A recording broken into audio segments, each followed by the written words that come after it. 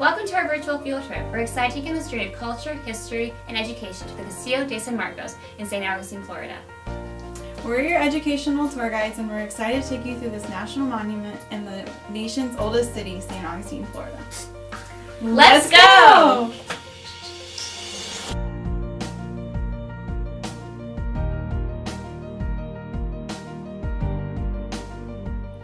Though the pre-Columbian population of Florida is hard to estimate, the various native peoples may have numbered as much as 3 million.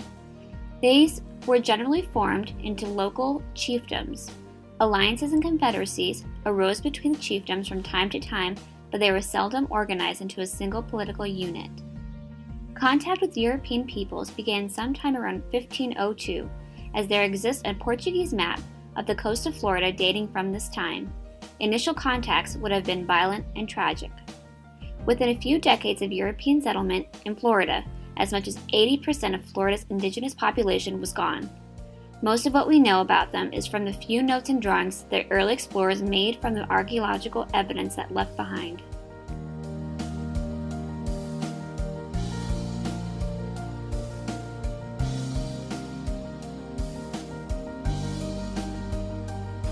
The Castillo de San Marcos is the oldest fort in the continental United States. Located on the western shore of the Matanzas Bay in the oldest city, St. Augustine, Florida, the fort was designed by the Spanish engineer Ignacio Daza. Construction began in 1672, 107 years after the city's founding by Spanish admiral and conquistador Pedro Menendez, when Florida was a part of the Spanish Empire. The Castillo de San Marcos was twice besieged, first by the English colony forces and then by Georgia. Possession of the fort has changed 6 times, all peaceful, amongst 4 different governments: the Spanish Empire, the Kingdom of Great Britain, the Confederate States of America, and the United States of America. The massive coquina walls of the Castillo de San Marcos have guarded St. Augustine since the 1600s. Coquina is a type of shell stone found locally on Anastasia Island. Unlike other materials, coquina absorbs the blasts from cannonballs. Due to this, the Castillo de San Marcos was never conquered. During the War of the Spanish Succession in 1702, the British tried for 50 days to conquer the fort. After they were unsuccessful, they burned almost the entire town of St. Augustine. However, the fort remained perfectly intact. Therefore, this astounding structure is a symbol of the link between the old St. Augustine and the new city.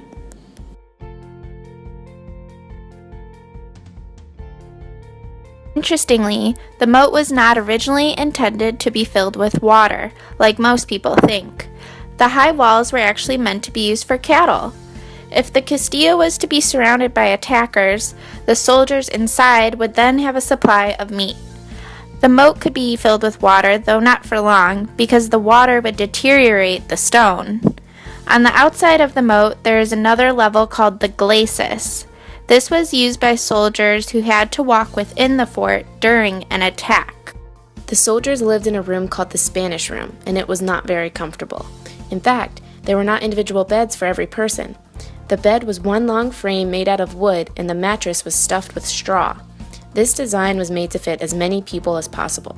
There was a fireplace, but it was not always good at keeping the soldiers warm in the winter. The Castillo de San Marcos was placed on the water for many important reasons.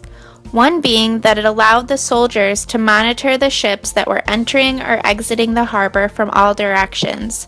It also allowed those ships to see the Castillo, which would act as a guard before they entered the harbor.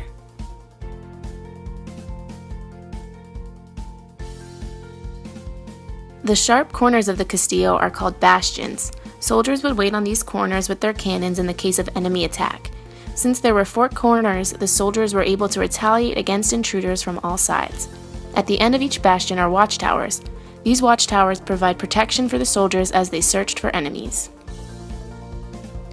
The 3 main types of weapons were cannons, mortar, and muskets.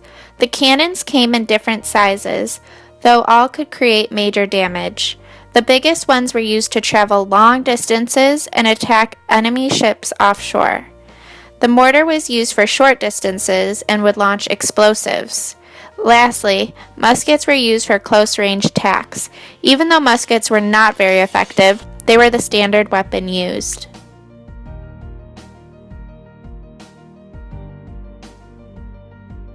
The powder room was used for storage of gunpowder and munitions. Inside there was a ladder that went directly up to the top level. This allowed for quick movement during battle. Over time, as different occupants filled the Castillo de San Marcos, more alterations were made. For example, in 1842, the United States added the shot furnace. The purpose of this furnace was to heat up the cannon shot in order to have the enemy ships catch fire when struck. In addition, the United States Army added large cannons prior to the Civil War. Siege warfare can simply be defined as a low-intensity, constant bombardment of a larger, stronger force against a smaller, weaker one. Thus, the creation of this very fortification. This weapon behind me here today, it is known as and referred to as a 6-pounder iron gun. A cannon that is capable of taking a solid piece of iron and launching it a distance between our gun deck here today and the lighthouse where it stands on the horizon, a distance of 1.5 miles away. Other guns on this deck, 16, 18, and 24 pounders, were capable of launching a ball the appropriate size a distance of 3 to 3.5 miles downrange. Over 60 guns on the top of this gun deck, each one manned by a crew of at least 5 or more, each one involved in the firing sequence, cleaning, loading, aiming, firing, while receiving at the same time simultaneous incoming fire.